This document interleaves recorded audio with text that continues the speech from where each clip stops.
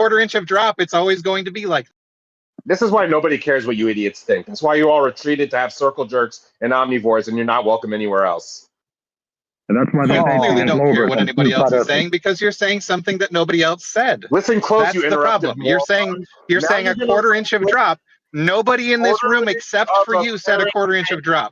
Absolutely nobody in this room in the history of this conversation said that there was a quarter-inch of drop except for you. You got it wrong. Stupid old man, that doesn't actually make any sense. Okay, you don't make any sense because you're on your way out, but I'm going to make you actually understand right now.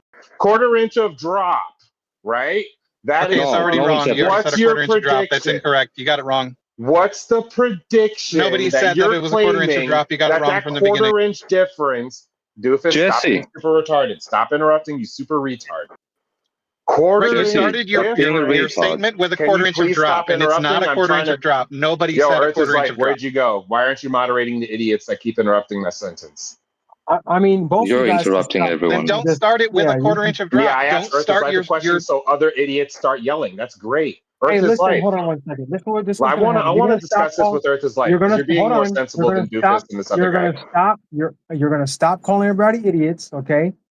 You're gonna stop calling everybody assholes. And when someone starts talking, you're gonna stop talking, and everyone else, when he starts talking, you stop talking. That's how we do this. So you're saying that when I hear someone trying to speak over me, I have to stop talking. You're a fucking poor moderator. Stop talking, and everyone does the same thing. No, not everyone does the same thing. And then the polite thing will be like, "Hey, let me know when you're done." That's so fucking stupid that you have to discuss how to moderate right now rather than actually moderating the idiots interrupting. So the point that I'm making is quarter-inch difference from the predicted height, right? The height you predict on a globe, and it's refracted from its apparent, from the globe prediction, it's refracted from the globe prediction. Shut the fuck up. Hey, check I'm talking to Earth is Life. No, stop interrupting Earth is Life. Hold on. Stop interrupting. Poor moderator, you're interrupting. I wasn't finished. You'll know when I'm done. Just shut up and wait until I'm done. No, you're never done. That's the problem. Nope, I'm just talking to a room full of globetards that don't realize that they're very interrupted. And you're still struggling with the insults. You're too autistic. All right, I'm going to turn this guy down. Oh, it's going to turn me down. But then I'm just, guess I'm going to just talk over him because he's turning me down.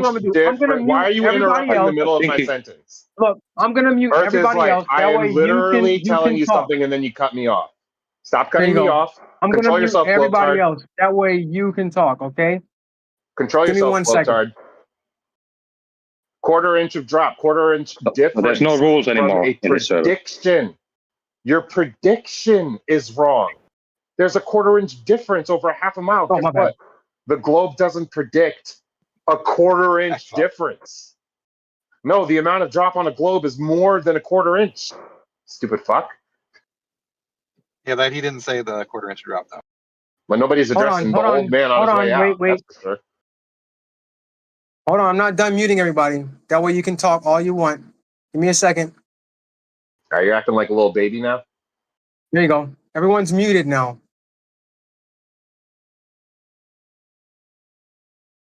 You ready? You good now? Oh, they leave? Okay.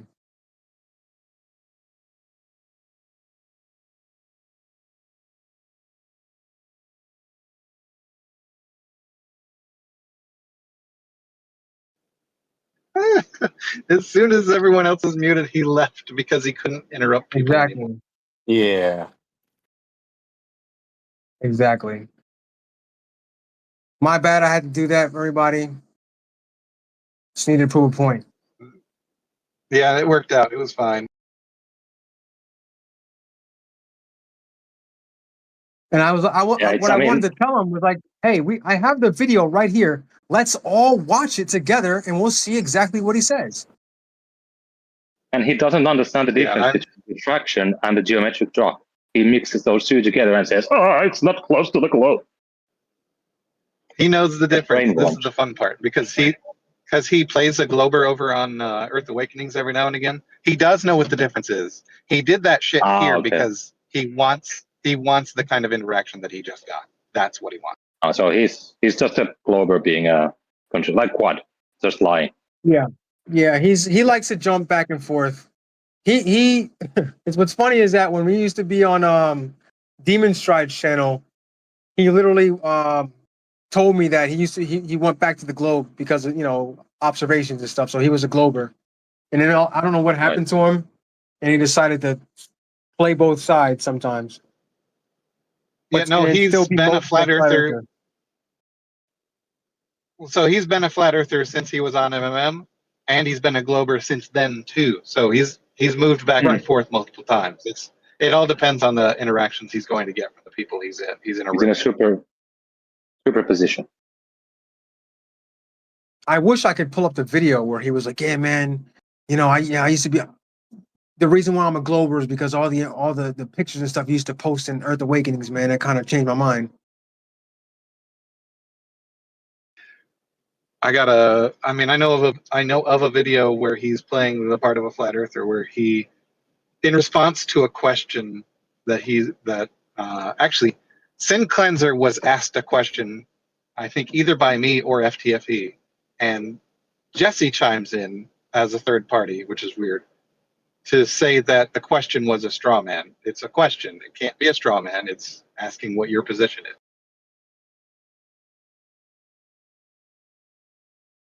I get that a lot. When you ask a question about flat Earth, like, is the sky curve causing the 1 degree of 69 miles? And if you ask a question about it, they'll say, hey, that's a straw man. It's like, how?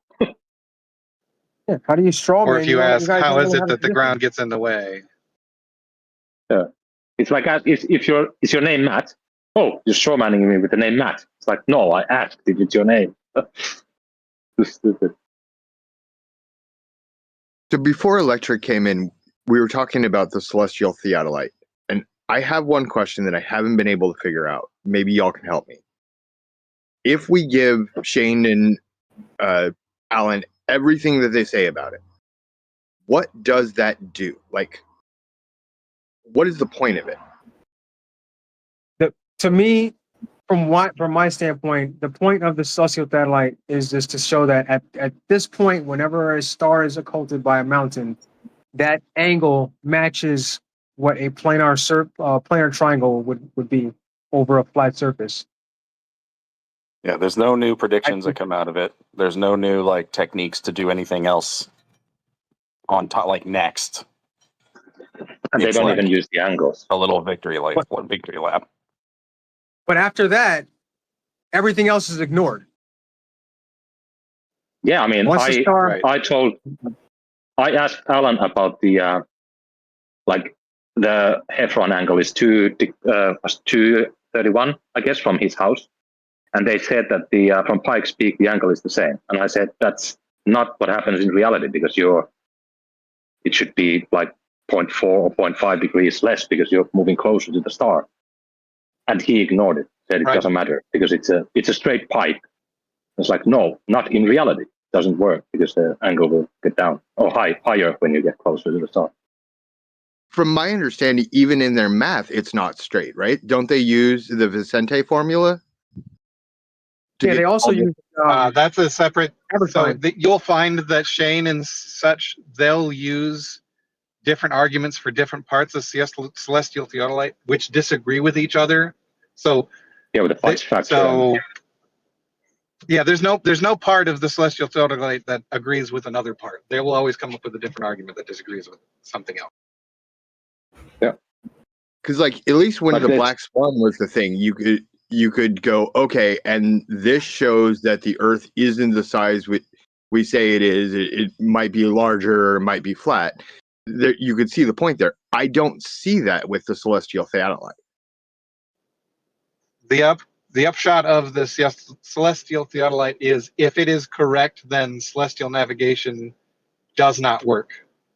That's what's funny about the whole thing, is you cannot do celestial navigation if celestial theodolite methodology is true.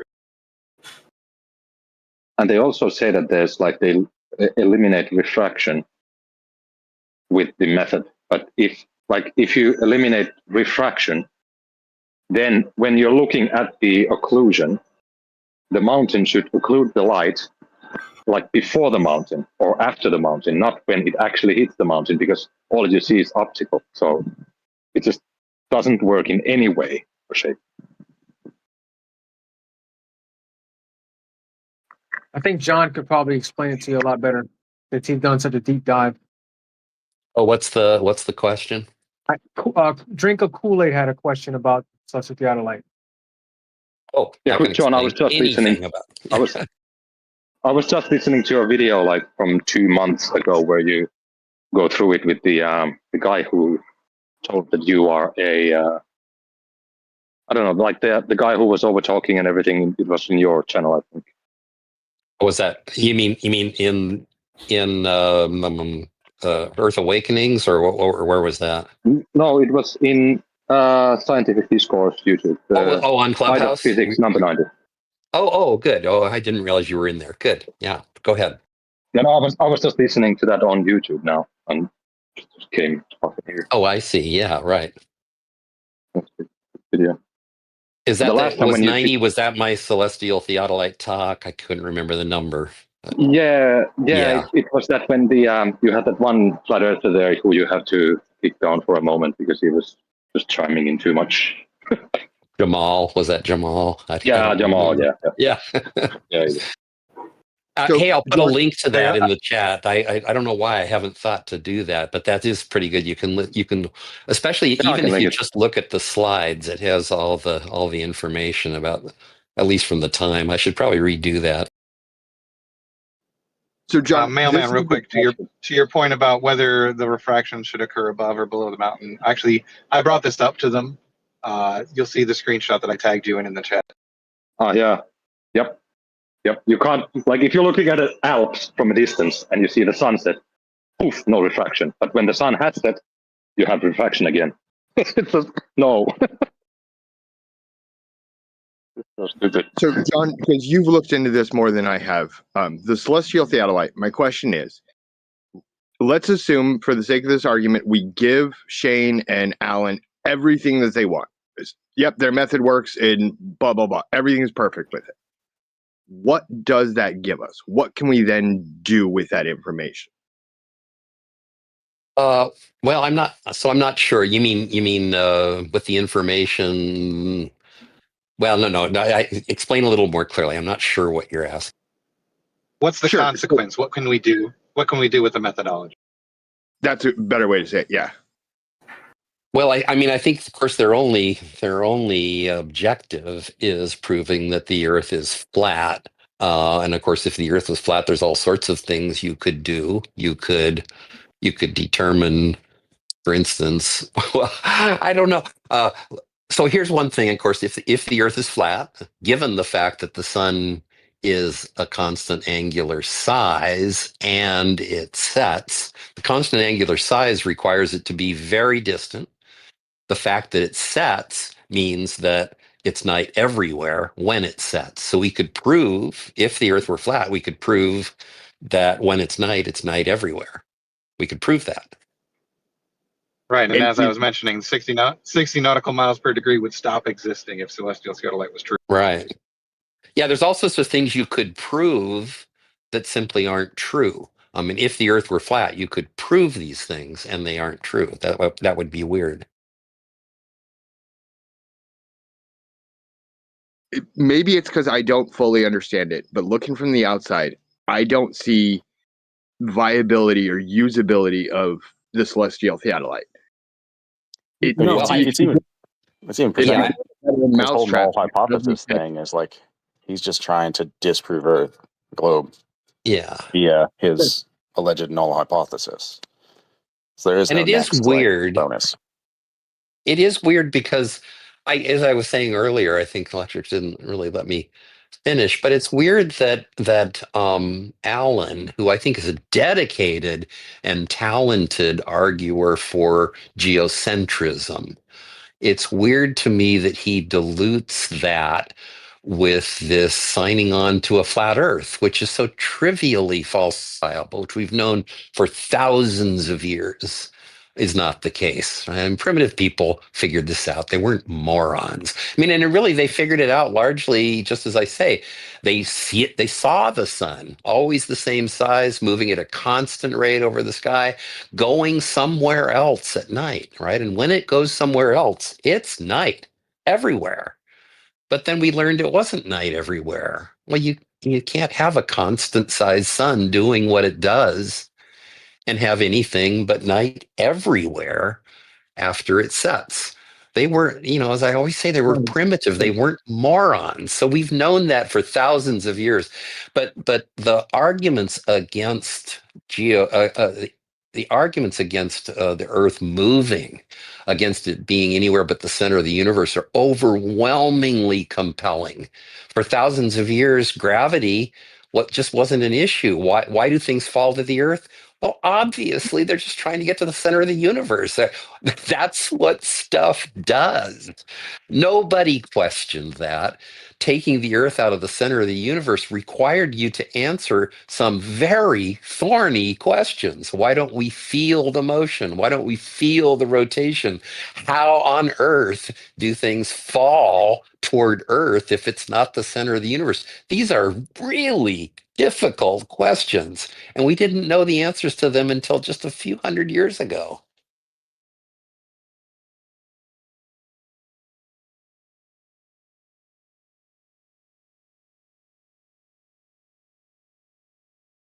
Maybe I'm just too practical of a guy. If you give me a new gadget that doesn't do anything, you've given me a piece of trash. Well, I said at the beginning when Alan and Mike Heffron came up with this whole celestial theodolite, I was all on board because it was flat earthers saying you could tell the shape of the Earth from the sky, which is true. It was them embracing Stellarium software to give them the data they used. And ultimately, what they were doing was pretty simple. They were trying to tell how high Pike's Peak was, what its elevation angle is, by simply asking, what's the elevation angle of a star when it gets occluded by the peak? That's really nice. It's really easy. It gives you the answer that you expect, 2 degrees, 19 arc minutes. Done, right? I thought that was great.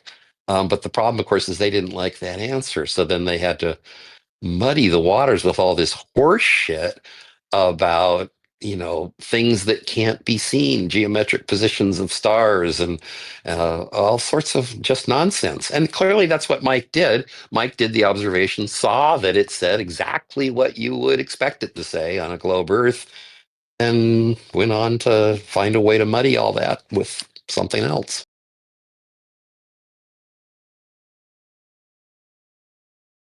But I think a lot of flat earthers are looking at this celestial theodolite. I don't think a lot of them are on board with it.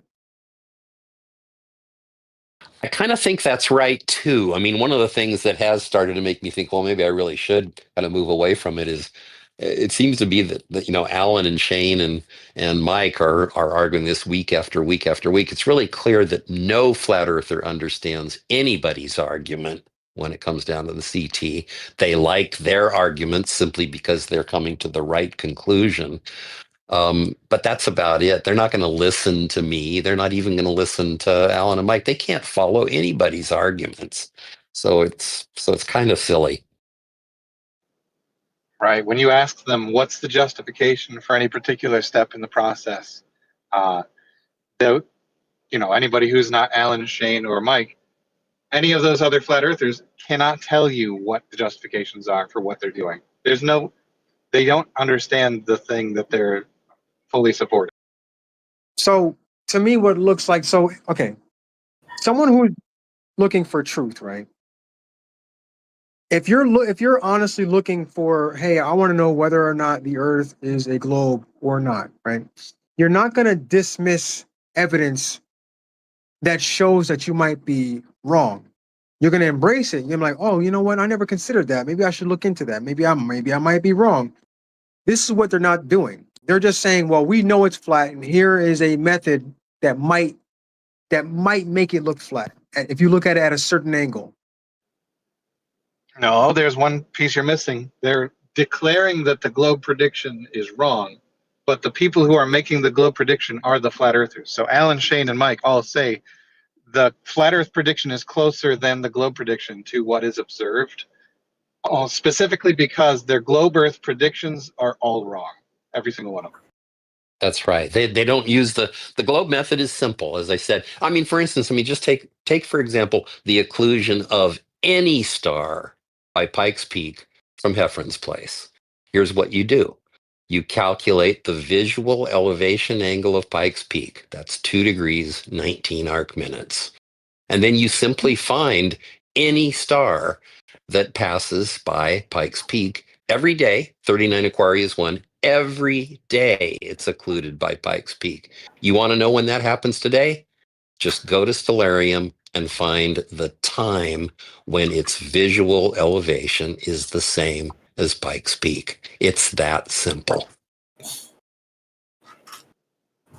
Yep, and then that's why they have to lie and say, well, a refracted object can't block the light from something else.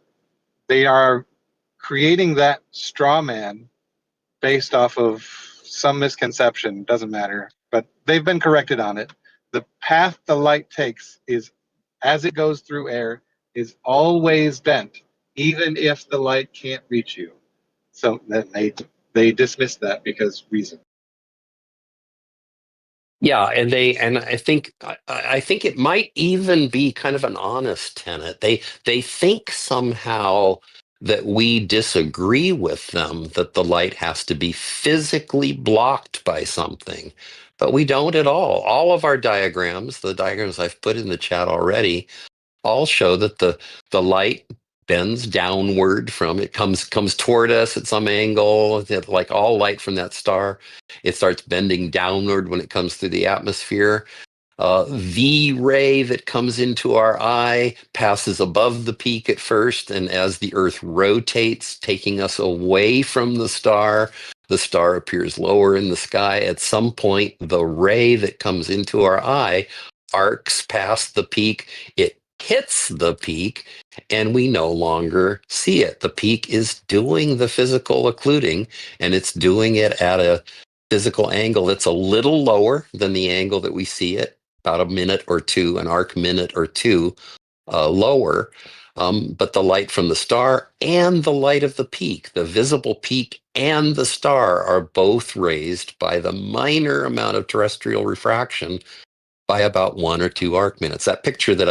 That annotated picture that I made of from Heffron's picture of the occlusion shows the ridge line just barely below. I mean, the physical ridge line is just barely below the place where we see it in that picture, whereas that ridge line would be much higher. I show that too if the Earth were flat. Up at 2 degrees 33 arc minutes. I'll put that in again.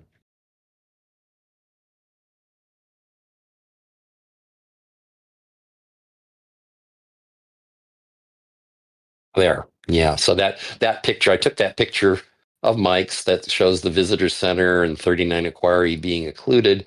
The elevation angle that it's occluded at is 219.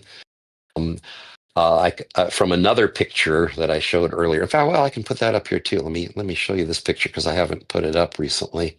There. This is a picture from the night before. The night before, the same star, 39 Aquarii, set at the same place above Pikes Peak, but there was also a crescent moon just above it, and that crescent moon fully establishes the angular scale of that picture. It's 13 arc minutes from the visitor center to the place where 39 Aquarii gets occluded. That sets all of the scale, so we can now draw on there what 1 arc minute or 1 or 2 arc minutes of lift for the physical ridge in green there, what that looks like.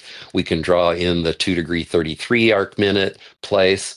We can look up from Stellarium what the azimuth of the star was at that time, and it turns out it was just above the visitor center, directly above, I shouldn't say just, but it was directly above the visitor center, and then predict that it should follow that diagonal slant down. And then if you simply look at the video, let me see if I have that. I'll see if I can post the video too. Not sure I have that yet. So let me see if I can get it.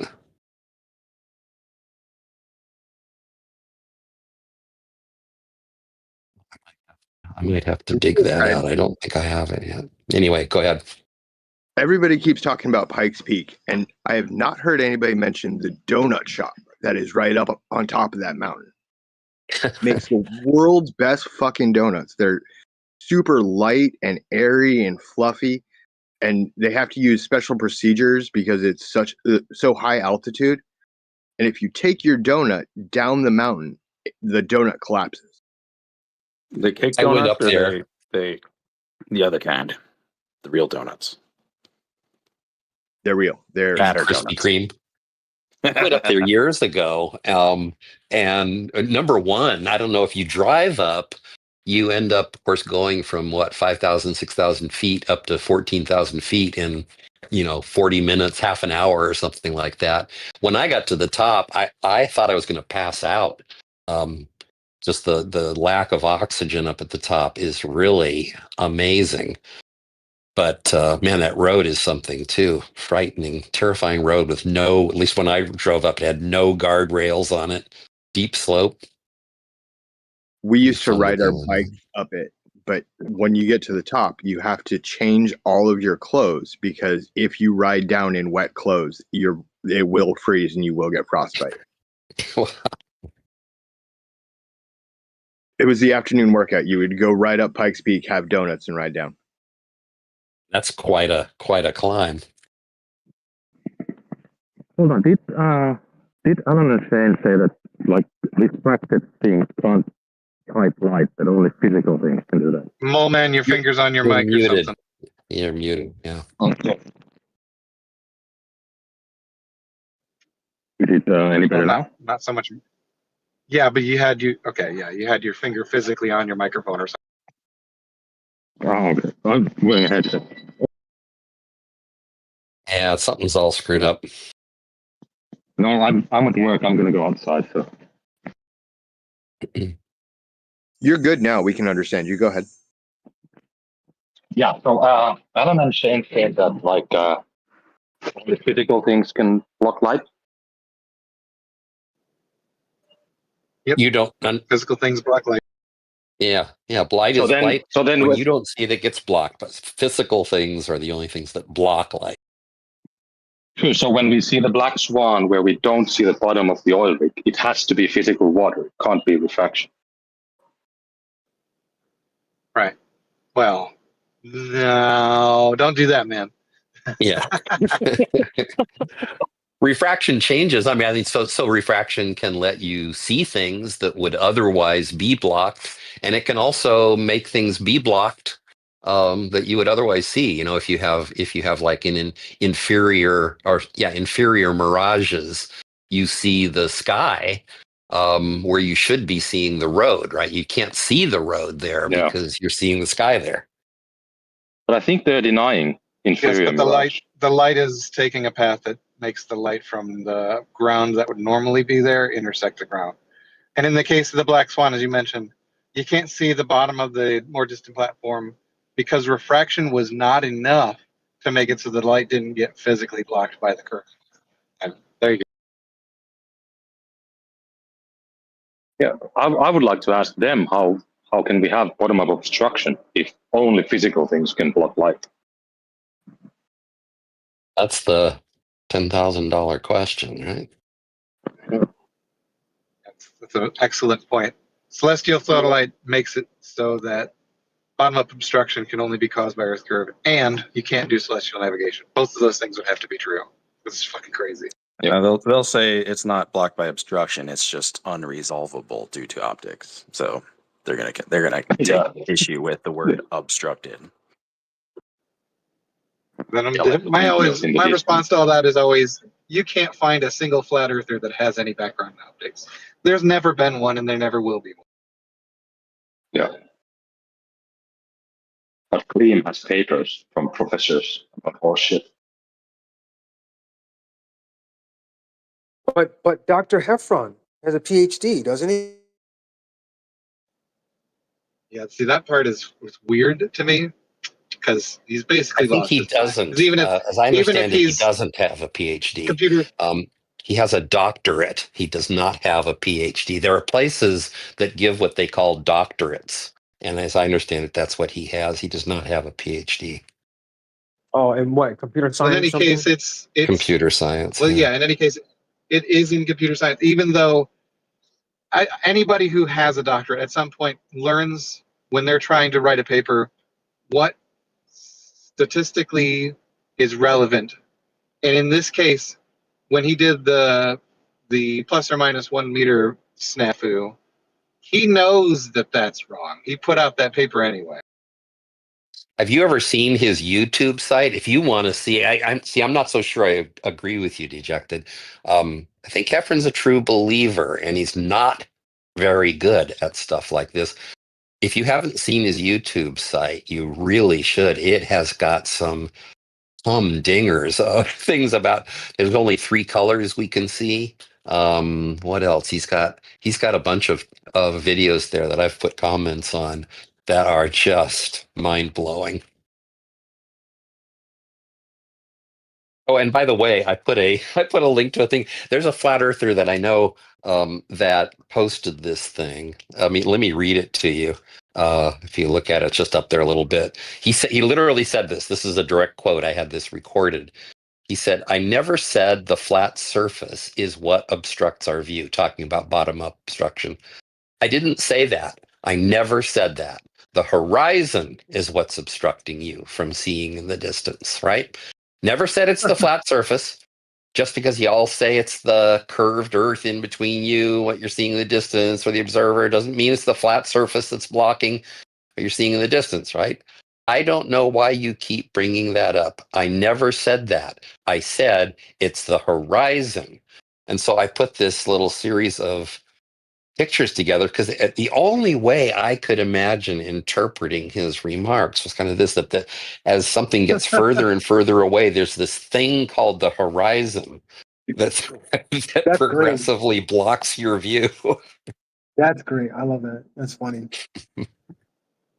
Yeah, and if you ask them how they define the horizon, and they say it's the line where the sky meets the ground, that, I mean, then it can't possibly block anything because it's a line. I always ask them, so what would we expect if the Earth was a globe? I love asking that question because they have to agree. If the Earth was a globe, I mean, it would, things at the horizon would obstruct objects. They usually say, "Oh, we'd see curvature." I'm like, okay, what kind of curvature? What would happen over water? Would things be obstructed if it was a globe? Oh, yeah, of course it would. Okay, then what do we see in reality? Things obstructed over water. Oh, but that's not Earth curvature. And that's refraction or something. Yeah, and if you put that same, what would you expect to see on a globe? If you pose that same question to anybody, like, that flight telemetry thing that says the pitch of the plane was the same all throughout the flight, what would it look like on a globe? As soon as you ask that question, I know at least one person was banned because they asked that question over at 24/7. I was banned from 24/7 for asking that. So that was you. Okay, awesome. I asked, what would it show if I flew from North Pole to the equator? Would the airplane be vertical on a globe? And they said yes, and I was like, no, just fucking no.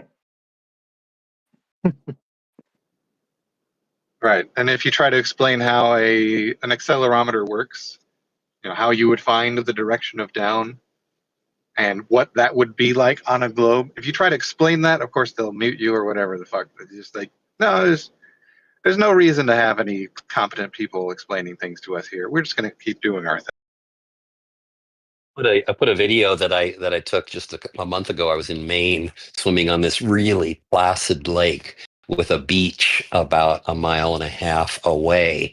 And I was swimming out. I had in an inner tube, or so I think I had a pool noodle under my arms, carrying my iPhone, and I was able to take pictures toward the beach, or a video toward the beach with the iPhone lens, maybe 1 inch above the water, which puts the horizon about 2,000 feet away, or holding it about, maybe 12, 14 inches above the water, which puts the horizon right at the beach, 1.5 miles away. And it's really fun because you can see the beach disappear as I bring the lens down from 12, 14 inches above the water to 1 inch above the water. Oh yeah, they love observations like this because in that observation they'll just claim that that mirage is what's blocking it. Yeah, that's true, and it's kind of fair enough. It makes these kinds of things, you know, a little less. If you look at it, you'll see there is a mirage, but there's always a mirage. And when you raise it up, you are seeing more. You're seeing further beyond the horizon. But the mirage is really a convenient whipping boy for them, and I do acknowledge that.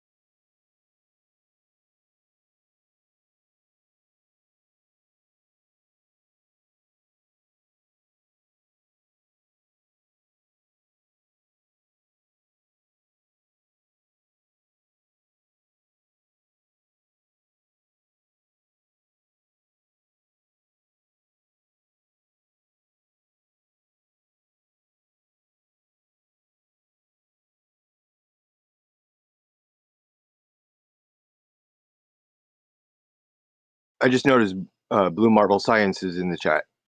I wanted to thank you, sir. I used your Cavendish experiment to explain it to my niece a couple of weeks back. She's a homeschool kid and was going over gravity, and being able to show it to her in such a clean format was really cool. So, cheers. No problem, son.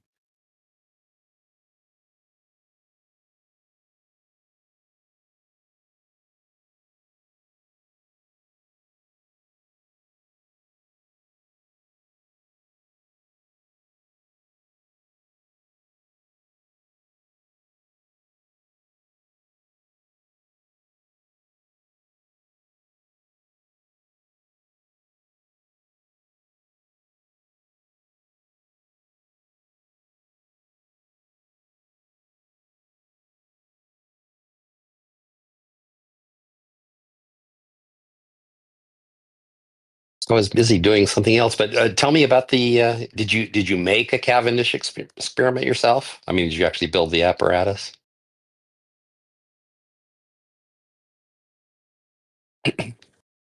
Blue Marble Science did. It's on his So channel. he did. Oh, I don't want to say wrong, but I believe it's currently at a University Mississippi. I don't remember. Tennessee. so is it a big one? I've done the Cavendish experiment with a student version, which you can just put on a desktop. It's, you know, it weighs like 3 or 4 pounds. You can put it on the table in front of you and do it in an afternoon. You would But I say imagine this is a better one. you would say his version is definitely a big one. It isn't the full size the original Yeah. apparatus that Cavendish used, but it's, what is it, 3/4 scale? It's pretty close to the original size of the original unit. And it's enclosed in a Faraday cage, so it. Well, I'd like to see. Maybe you can put a link in the chat or something. I'd love to see that and get to know it. Yeah, it's got flashing. The flashing works as a Faraday cage. What would you like? I can post anything to do with it. That's an image of it set up.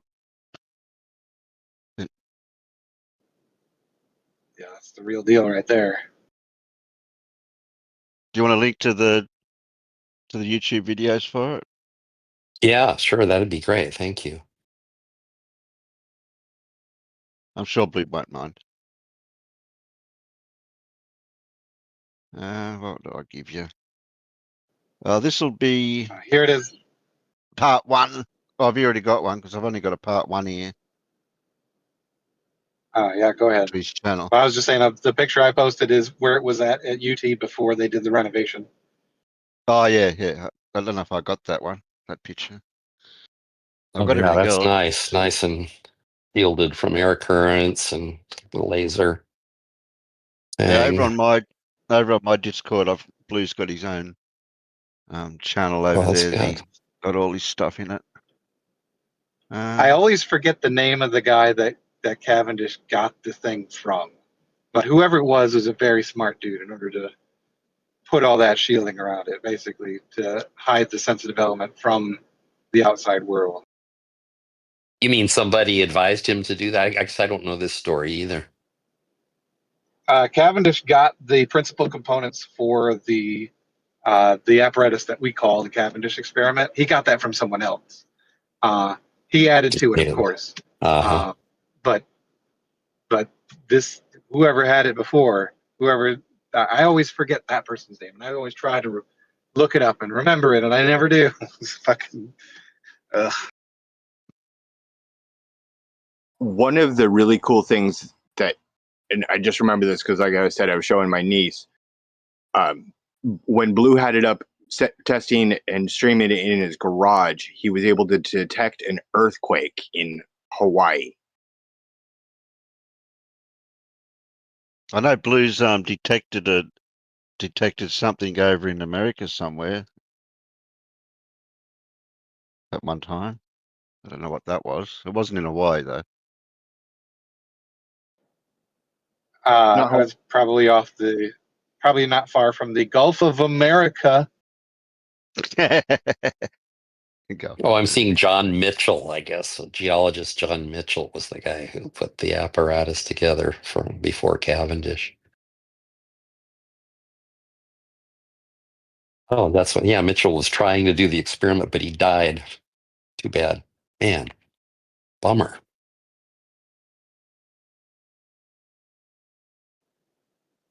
Right, and they had all this set up for doing electrostatic, because the electrostatic effects are similar in nature. The inverse square law applies to them as well, and proportional to the charge, the product of the charge, and the inverse square of the distance. So yeah.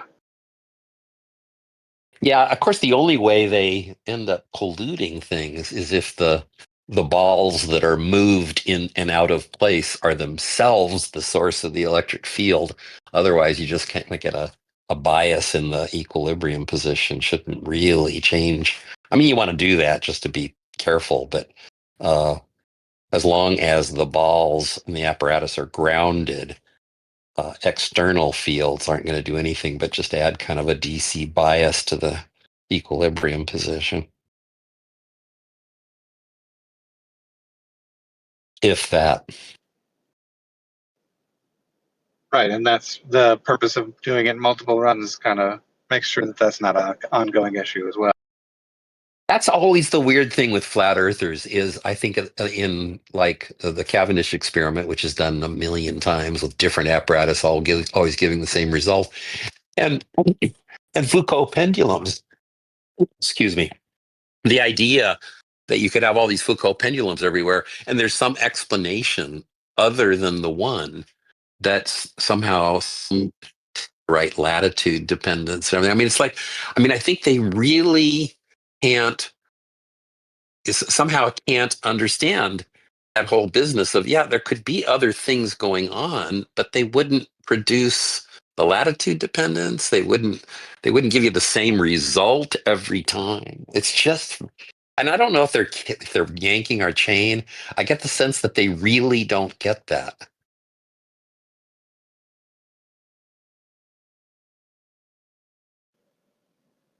They get it in as much as when they are making an argument. So it depends on what argument, everything depends on whether or not they can disagree with you. So they know that science says something needs to be repeatable. So they often parrot that back to you. So they know that fact to be true enough for them to say it back to you, but then they selectively don't abide by it.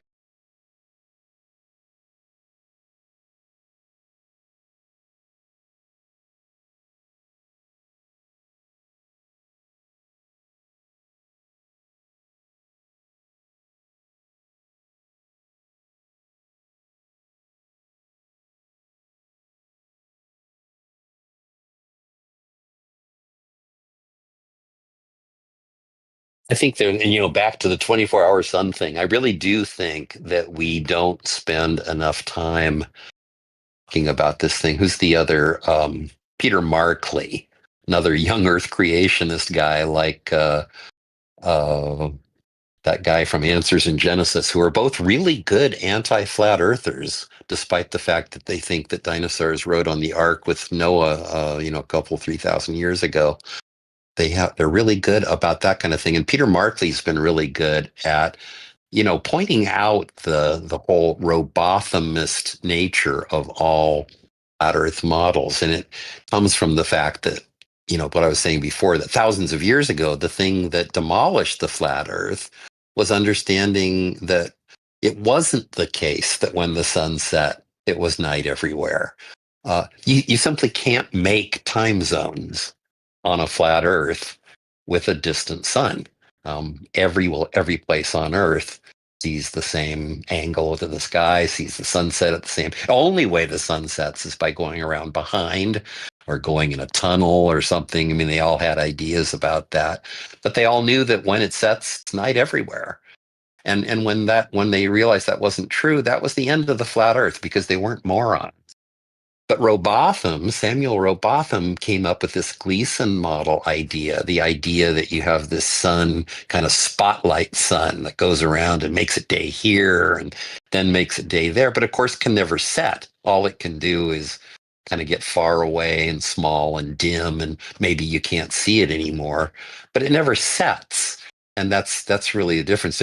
It's an attempt to accommodate time zones, but somehow forgetting that the only way to do that is to have a sun that has to change its apparent size and has to get dim and go invisible at night, can't get near the horizon, all of these things that come with it. And those are all characteristics of robothemist flat Earth models, which are all failed attempts to account for time zones. You can't have time zones on a flat Earth, but you try to with Robotham.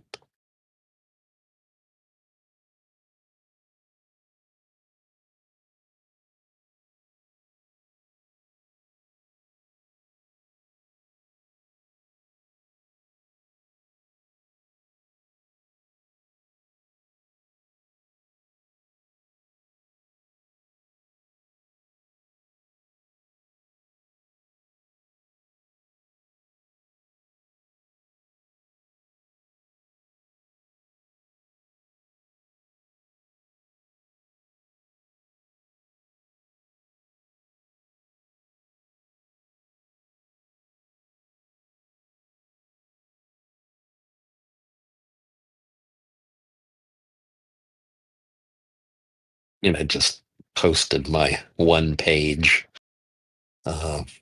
explanation of all that.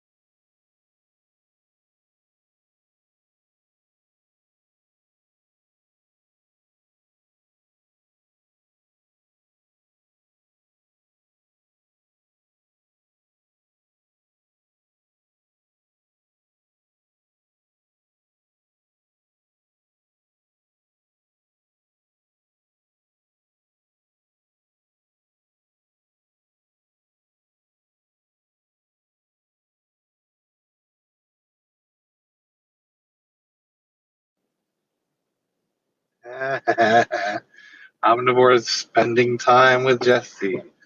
Just trying to get him to maybe, hopefully, be less of a tool, but that's not going to happen.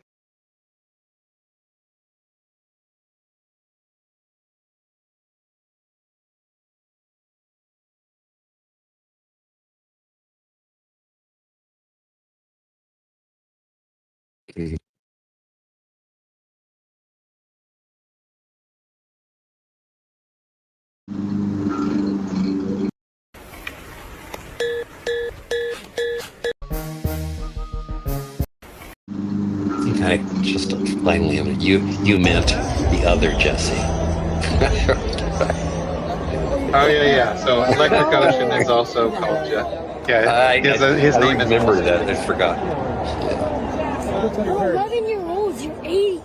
He took him aside.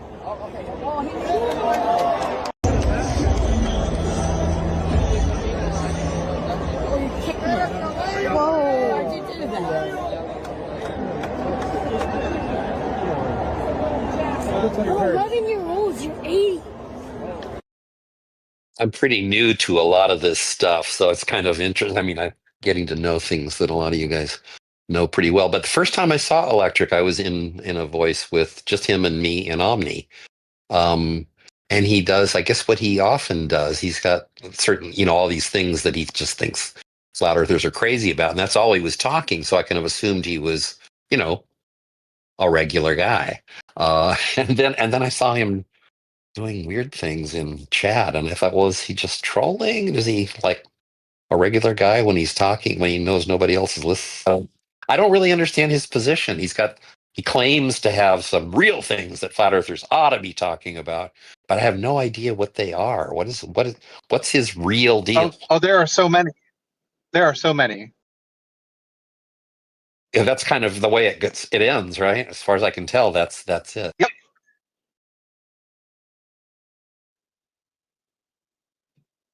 Everybody knows it. So is he just trolling? Because he does seem to know. I mean, he seems to understand a lot of stuff. Yeah, Yeah, he's been most of flat knowing, are going to go over depending on the room that he's in. yeah, a lot of them know the words and that in sentences, but sometimes they don't put them in the right order.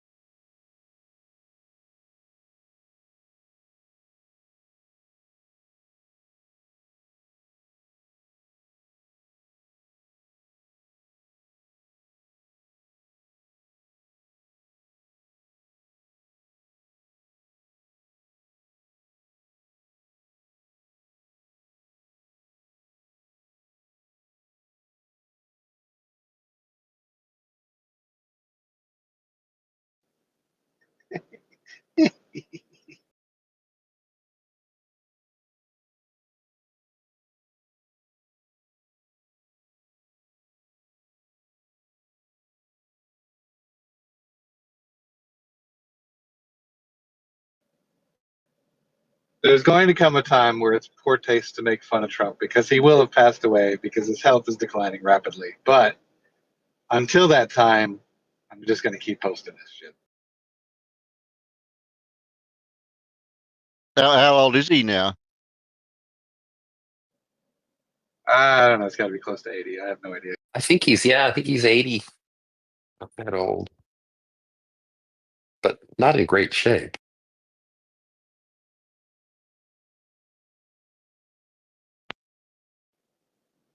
I just talked to a guy. What was it?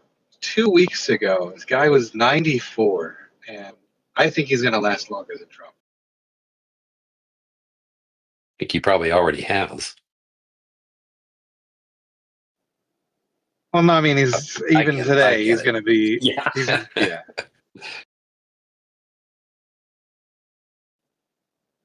He wasn't, super stable though. He could fall backward, but other than that, he's not going to die anytime soon. He might be more better than Trump.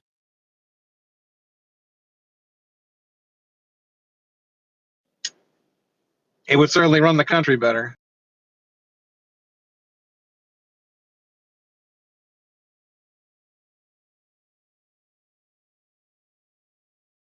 Well, I've stopped watching the news, so I try. Unfortunately, it seeps in occasionally. I can't bear it anymore.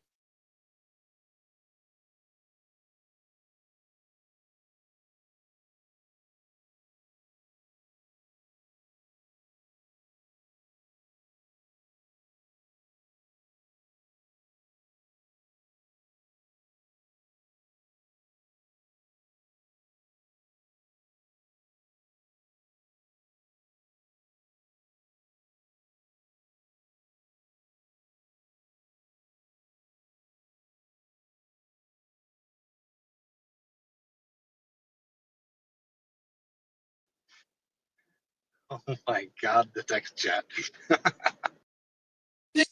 It's been taken over with all caps. I get accused of Robo using Biden, caps too much. LOL. Who's I shouting love in the Robo chat? Biden. I'm not reading it. Somebody's shouting. Oh, everybody is talking Democ to Democ. Oh, okay. Just type gibberish. That'll be about all then I can understand. Yeah, but I love the fact that Democ said Robo Biden. That's got me.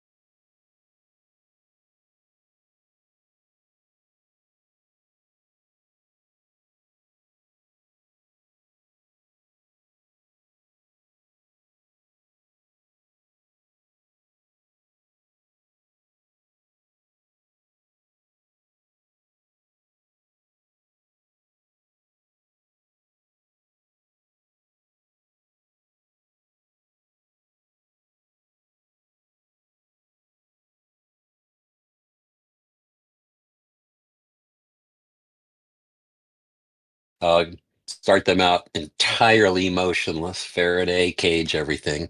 The two balls would come slowly together and stick. Did the Glober circle jerk die out? Are y'all coming in here because the Glober circle jerk didn't last long? That shit never lasts long, man.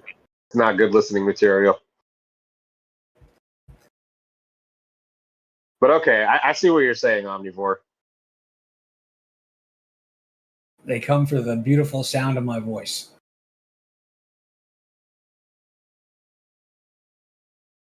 Like, okay, so is the weight, caused by Earth gravity on the two masses, are you saying that weight is going to affect the attraction between them? So weight is the effect of gravity on mass. The two weights, however much mass is in that 10-pound weight, doesn't change whether it's on Earth or on Jupiter or wherever it is. It's always got the same amount of mass. So, right? Well, that's not true because these astronauts are deteriorating. Seen this guy with no neck? You seen this guy? He's losing mass. So I think did Jesse say that on the ISS there would be no attraction in the Cavendish because there's no gravity? Did he actually say that? I'm not sure because we're talking about weight right now. I'm not sure how that's being interpreted. And he also said that, what's vertical on the ISS? Because vertical is from gravity, so it's weird that he's talking about.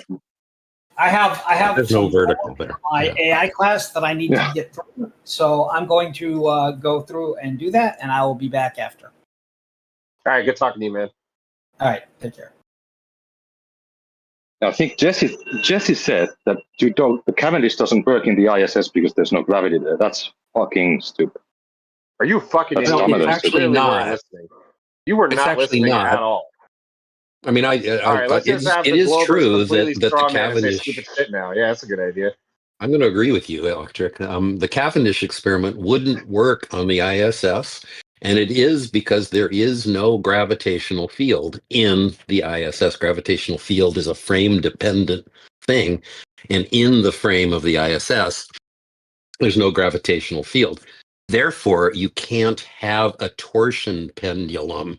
The torsion pendulum in the Cavendish experiment does what it does because it's in a gravitational field.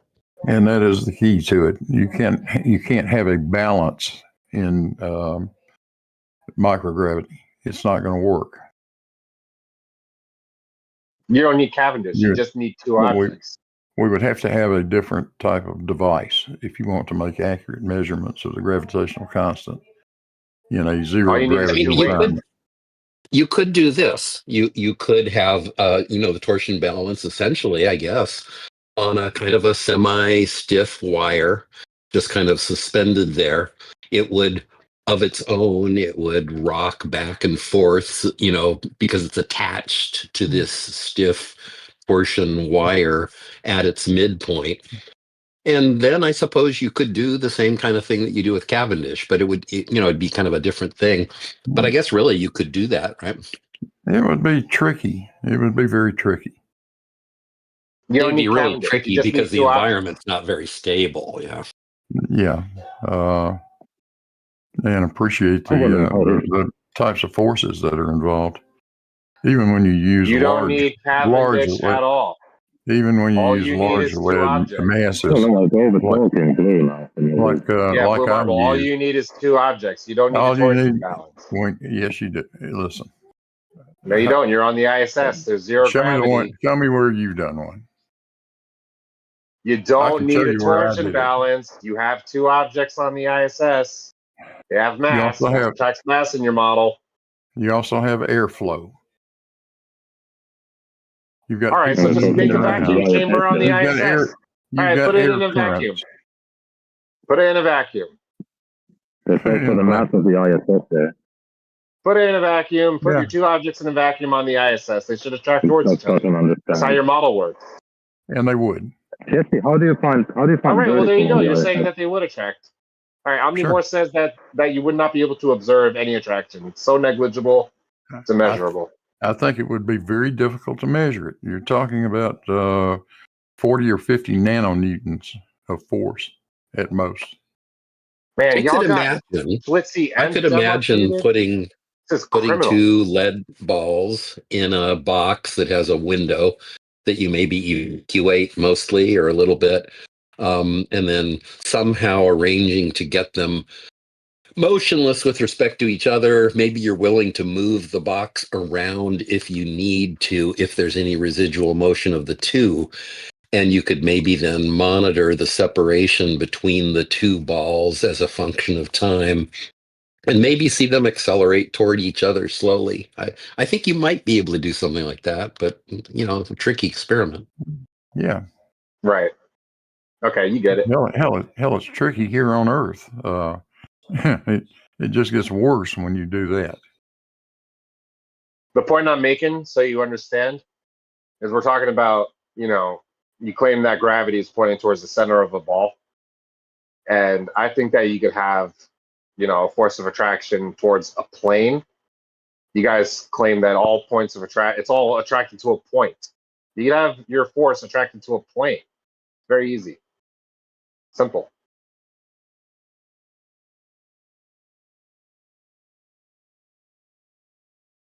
I think they call it there's a word for it. Where's the center of mass for the plane? You don't need one. I don't know what you mean exactly by you say attracted to a point. In Newtonian gravity, every little piece of a thing attracts every little piece of another thing, and you have to integrate over both things to get the net force from one to the other, etc. The idea was to do vertical Cavendish, right? Because I'm claiming that gravity can cause horizontal movement because it's not perfectly vertical, right? You haven't truly isolated the force of gravity when you're doing Cavendish on Earth. So let's do vertical Cavendish, right? Put two objects stacked on top of each other on the ISS. And then see if there's the what is that? Wait a minute. What does that mean? There is no up, no vertical on the ISS. Yeah. Right. But yeah, you could definitely have two things stacked on top of each other. That's not hard to do. Which way is vertical? Yeah, I don't know. It's on top of each other. What's on top? There's no top, which no way bottom is vertical on the ISS. Yeah, well, if you're no longer thrusting your craft, then the ISS is going to accelerate towards the Earth. So pretty much whatever direction that is. No, well, okay, yeah, fair enough. But the point is that this is a situation where you really do have to kind of take a principle of equivalence viewpoint of the thing. There is literally no gravitational field. If you put an accelerometer on the International Space Station, it would tell you that the International Space Station is not accelerating, period. There are devices called accelerometers. They tell you the absolute acceleration of an object, and the International Space Station is not accelerating. It would have to be. That's why they put ionic thrusters on it. Because it has to maintain so that you can altitude. make it accelerate if you want to change its free fall trajectory in its orbit.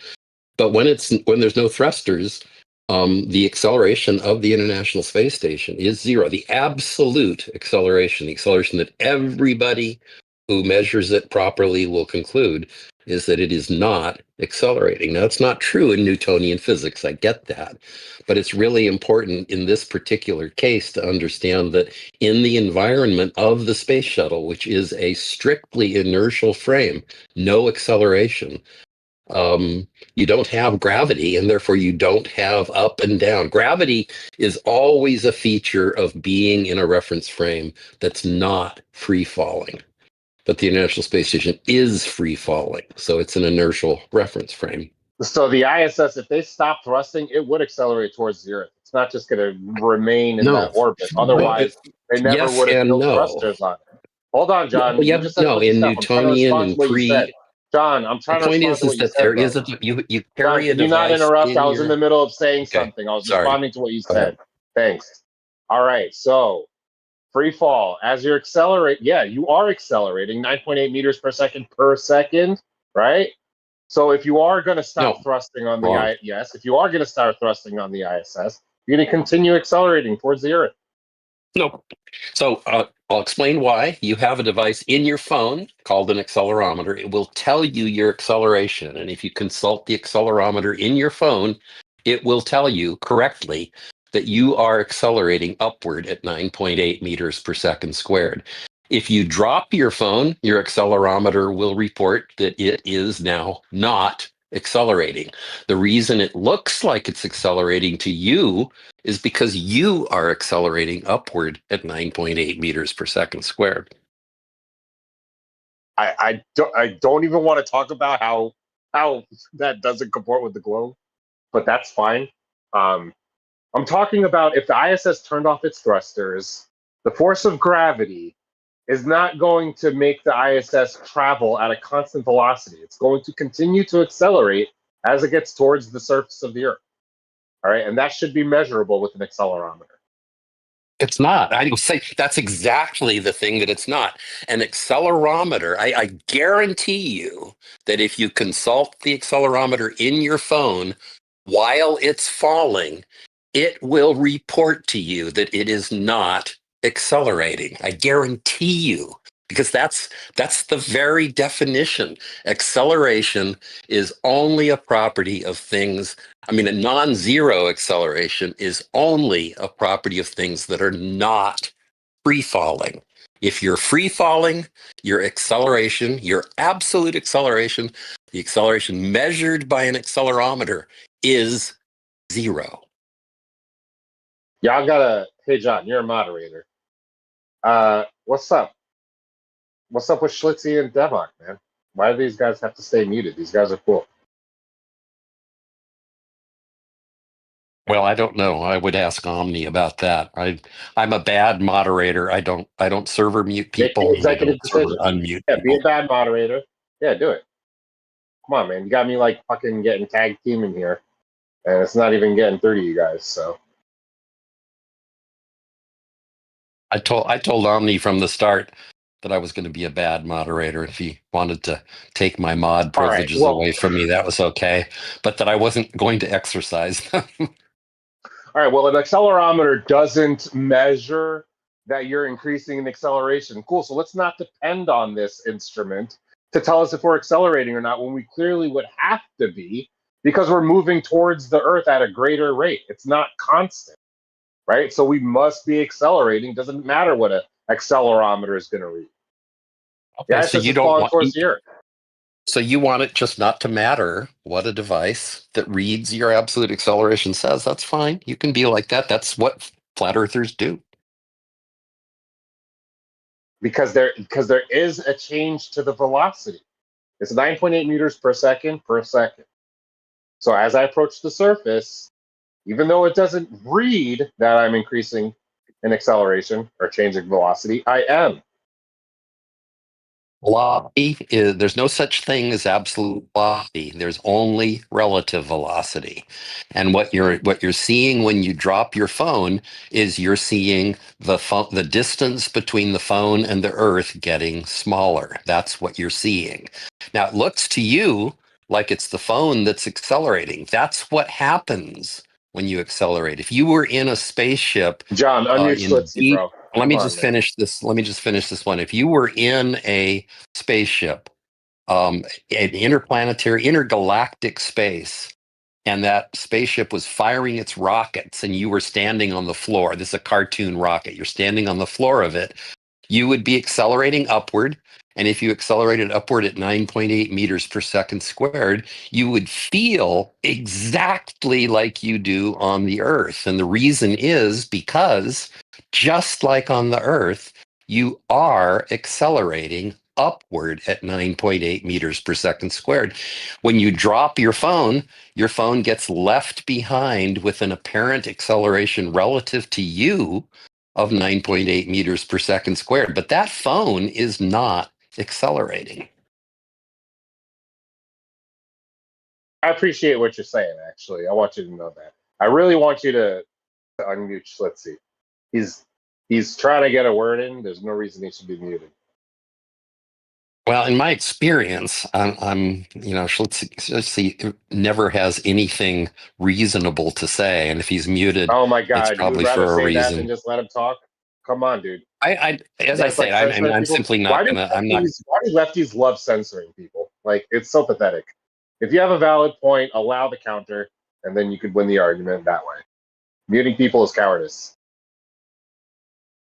Yeah, well, take it up with Omni. I've told Omni that I will not exercise my moderator's cringy. privileges. So cringy. Come on, John. All right, fuck it. You guys like to have flat earthers muted?